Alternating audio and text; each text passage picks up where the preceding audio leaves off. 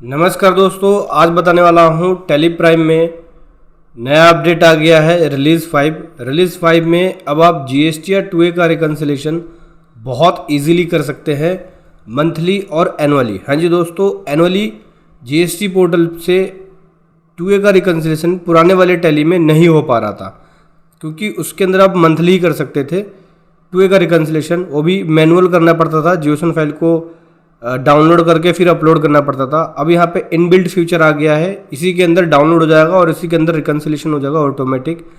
Monthly भी कर सकते हैं और एनुअली भी कर सकते हैं।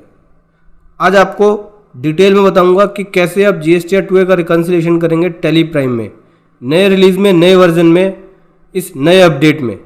उससे पहले बताना चाहूँगा, जो भी भाई बंधु मेरे चैनल पर पहली बार है, इस वीडियो को पहली बार देख रहे हैं, जिन्होंने अभी तक सब्सक्राइब नहीं किया, सब्सक्राइब कर लीजिए, साथ ही साथ बेल आइकन पे भी क्लिक कर लीजिए ताकि इस तरह का कंटेंट आपको मिलता रहे। सो दोस्तों, आपको करना क्या है, सबसे पहले आप डिस्प्ले, स्टैट्यूटरी रिपोर्ट और जीएसटी रिपोर्ट में आ जाना। यहाँ पे आपको जीएसटी या 2A रिकन्सिलेशन दिखेगा, आ जाएंगे इस पे, एंटर करके डेट डालेंगे। मैं फाइनेंशियल ईयर 23-24 का रिकन्सिलेशन कर रहा हूँ, तो पूरे साल का एनुअली रिकन्सिलेशन करूँगा मैं। तो यहाँ 1/4/2023 से 31 मार्च 2024 डाल रहा हूँ। पूरे साल का खोल लेंगे, ठीक है। उसके बाद मिसमैच चेक करेंगे, जैसे कि देख सकते हैं यहाँ पे 68 मिसमैच है, तो इसके मिसमैच को क्लियर ज़रूर कर लेना, क्योंकि बिना मिसमैच क्लियर करे अगर आप रिकन्सिलेशन करेंगे तो आपको प्रॉब्लम होगी। समझना होगा कि मिसमैच किस वजह से है और किस चीज़ का मिसमैच है। जैसे कि देख सकते हैं यहाँ पे पेमेंट है, और लगभग मैं बात करूं, यहाँ पे सभी पेमेंट है, बस 1-2 एंट्री, ये 2 एंट्री परचेज़ की छोड़ के बाकी सब पेमेंट और जर्नल है। तो एक बार ऊपर से देख लेते हैं हम, पेमेंट पेमेंट पेमेंट पेमेंट, बाकी जर्नल की है। मैं ये 2 एंट्री बस हटा देता हूँ, बाकी को सेलेक्ट कर रखा है, ऑल्ट और एस करेंगे, स्टेटस पे आते हैं और इसे एक्सक्लूड कर देंगे, ठीक है। क्योंकि पेमेंट की एंट्री का और जनरल की एंट्री, जो एडजस्टमेंट की एंट्री है या डेप्रिसिएशन की एंट्री है, वो सब हट जाएगी, क्योंकि उसका इसके अंदर कोई रोल नहीं है। लगभग 66 वाउचर है, उसको एक्सक्लूड करेगा। टोटल 68 मिसमैच थे जीएसटी की मैचिंग के लिए। 2 एंट्री परचेज किए, देख लेते हैं। ये बिल डुप्लीकेट बता रहा है, और एक ये बिल, इसका डुप्लीकेट होने का रीज़न है, देखो 285 ऊपर है लेकिन नीचे 262 कर दिया है। कंट्रोल C करके कॉपी करेंगे, यहाँ पेस्ट कर देंगे, सेव कर देंगे। 23-24 की डेट डालनी पड़ेगी ना, 1/4/2023 से 31/3/24। कंट्रोल A किया, सेव हो गया ये।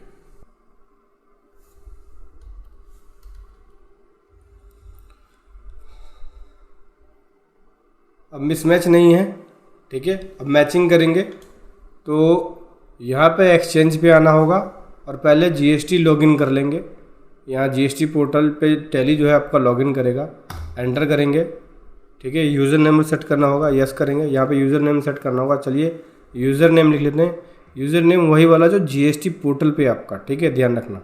सो यूज़र नेम मैं यहाँ पे लिख लेता हूँ, एंटर कर देंगे, एक्सेप्ट करेंगे। उसके बाद OTP आएगा, ठीक है, सेंड OTP पे क्लिक करेंगे।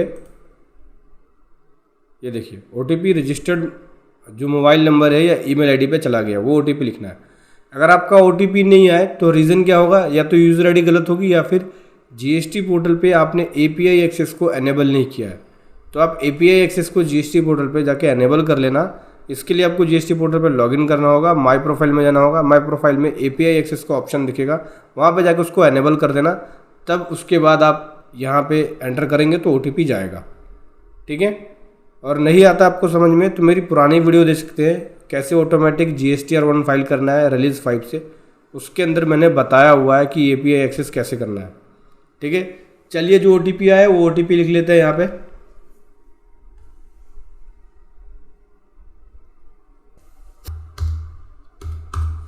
ये OTP लिख दिया, अभी एंटर करूँगा मैं।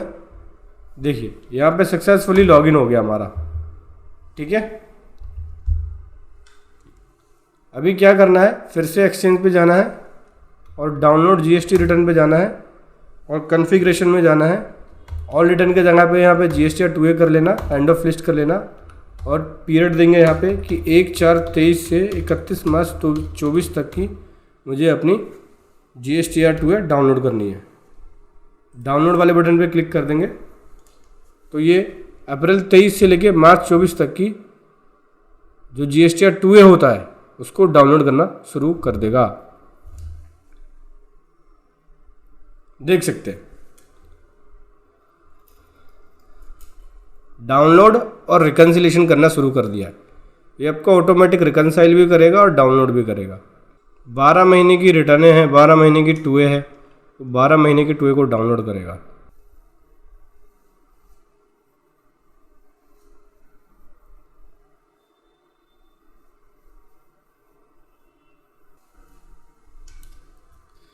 सो सक्सेसफुली देख सकते हैं डाउनलोड हमारा हो गया।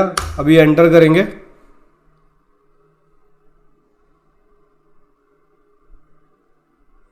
तो ये देखिए इसने रिकन्सिलेशन कर लिया है और हमें यहाँ पता लगेगा कौन कौन सा रिकन्साइल है, कौन सा अनरिकन्साइल है। एंटर करेंगे तो यहाँ पे दिखेगा, देखिए ये 3 पार्टी रिकन्साइल हो गया, बाकी अनरिकन्साइल है। अनरिकन्सिलेशन का रीज़न होगा, चेक करेंगे क्या अनरिकन्सिलेशन का रीज़न क्या है और किस वजह से पेंडिंग है। एंटर किया, चेक करते हैं।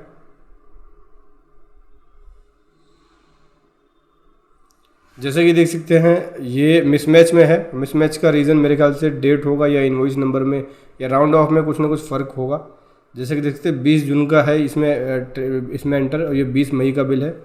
ऐसे ही 24 जून है और ये 24 मई का बिल है। 26 जून है और 26 अप्रैल का बिल है। तो मतलब डेटों में फ़र्क है, ठीक है। बाकी ओके है। होता क्या है कई बार लेट रिसीव होता है तो एंट्री जब रिसीव होती है तब करते हैं, ठीक है, क्योंकि जब गुड्स एंड सर्विसेज रिसीव होगा तभी यहाँ पे एंट्री करेंगे। उस केस में डेटों में फ़र्क हो सकता है। तो करना क्या है, बाकी सब तो मैच है ही है, इसको एक्सेप्ट कर लेंगे सेलेक्ट करके स्टेटस में जाके इसे रिकन्साइल कर दो, ठीक है। रिकन्साइल जब आप कर देंगे तो वो उसे उठा के रिकन्सिलेशन में लेके चला जाएगा।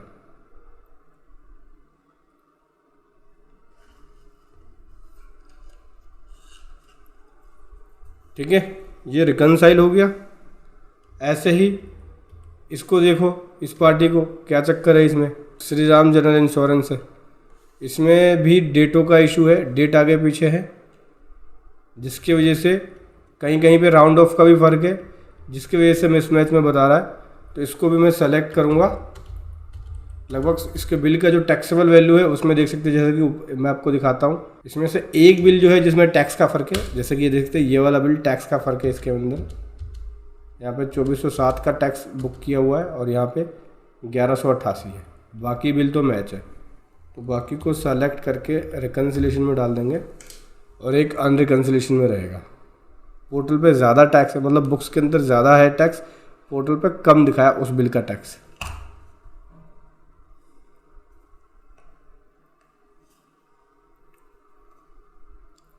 तो यहाँ पे एक जो है अनरिकन्सिलेशन में रहेगा, ये देख सकते हैं। बिल नंबर सेम है,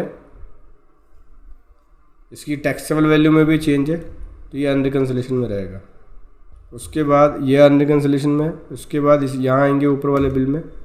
ऊपर वाले बिल में चेक कर लेते हैं क्या फ़र्क है।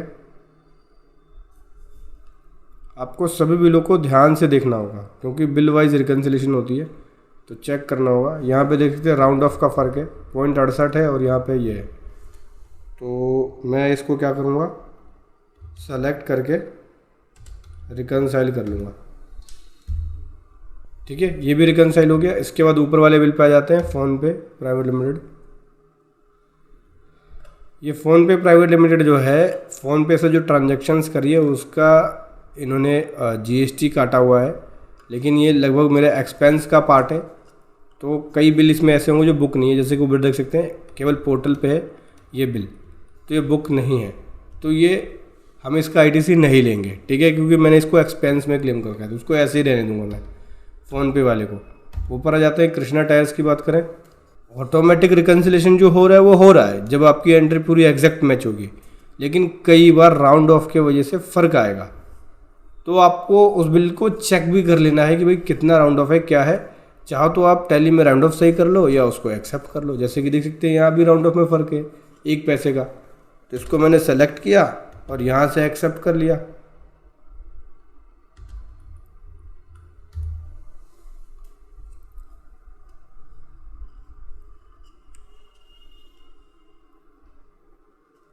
ये रिकनसाइल हो गया।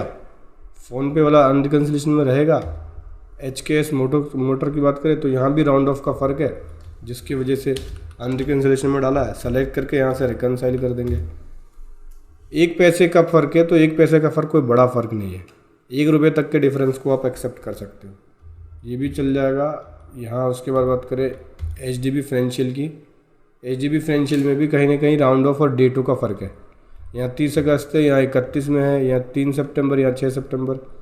ठीक है, तो इसको भी मैं सेलेक्ट करके और यहाँ से एक्सेप्ट कर रहा हूँ, रिकनसाइल कर रहा हूँ। ठीक है, मैनुअल रिकनसिलेशन।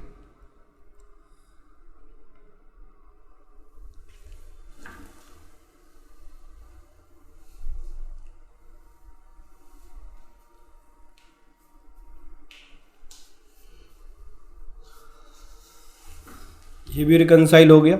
ठीक है, उसके बाद रह गया अपना ऊपर वाला गुप्ता टायर्स। इसमें डेट का फ़र्क है। टोटल इनवॉइस अमाउंट का फ़र्क है। इनवॉइस अमाउंट बुक्स में 27,832 कर रखा है और यहाँ 27,800 है, तो इसको भी एक्सेप्ट करके रिकनसाइल कर लेते हैं। तो अनरिकन्सिलेशन में 2 ही पार्टी का, एक फ़ोनपे का आया और एक श्री राम जनरल इंश्योरेंस का आया। फ़ोनपे के अंदर जो प्रॉब्लम है वो एक्सपेंसेस से रिलेटेड है कि भाई ये एक्सपेंस है। दिखाता हूँ, देखो सारे रिकनसाइल हो गए। 2 पार्टी का अनरिकन्सिलेशन है। फ़ोनपे का अनरिकन्सिलेशन इसलिए है क्योंकि ये एक्सपेंस में बुक है जो अवेलेबल ओनली पोर्टल है। और श्री राम का एक बिल के अंदर फ़र्क है। ये वाला जो बिल है बुक्स के अंदर ज़्यादा है और ये पोर्टल पे कम आ रहा है। ठीक है, जो टोटल टैक्स है टैली में वो और जो पोर्टल पे टैक्स है उसके अंदर फ़र्क आ रहा है, लगभग 2000 समथिंग का फ़र्क है। तो जितने का टैक्स का फ़र्क है उतने का अपन रिवर्सल कर देंगे। ठीक है, टैली के अंदर चाहो तो आप रिवर्सल कर दो, उतने की अपने को एडजस्टमेंट करनी होगी। क्रेडिट नोट की बात करें तो क्रेडिट नोट लगभग सभी मैच है। एक ही क्रेडिट नोट है, देख सकते हैं, और ये मैच है। बस इसके अंदर जो डेट है इस पार्टी का है, चेक कर लेते हैं। 7 क्रेडिट नोट है, लगभग टोटल अमाउंट तो मैच है, बट इसमें जो नंबर है वो नंबर मैच नहीं हुआ, जिसकी वजह से मिसमैच में आ रहा है। तो इसको मैं रिकन्सिलेशन में लगाऊंगा। ठीक है, क्योंकि नंबर हम लोगों ने क्रेडिट नोट का अपना सीरीज चला रखा है, अपने सीरीज़ के अकॉर्डिंग किया है, और पोर्टल के क्रेडिट नोट से क्रेडिट नोट का जो नंबर है उससे वो मैच करने की कोशिश कर रहा है। तो ये मैच है, एक ही पार्टी का है और ये आपस में मैच है। रिकनसाइल में कर दिया। ठीक है, यहाँ पे अनरिकन्सिलेशन होगा, लेकिन आपको समझना होगा कि मैच है या मिसमैच है। तो इस हिसाब से आपको GSTR 2A मैच करनी है टैली प्राइम में। इस प्रकार से आपको रिटर्न्स को डाउनलोड करके मैचिंग करनी है। वीडियो कैसे लगी ज़रूर बताएं। Thank you so much. जय हिंद, वंदे मातरम।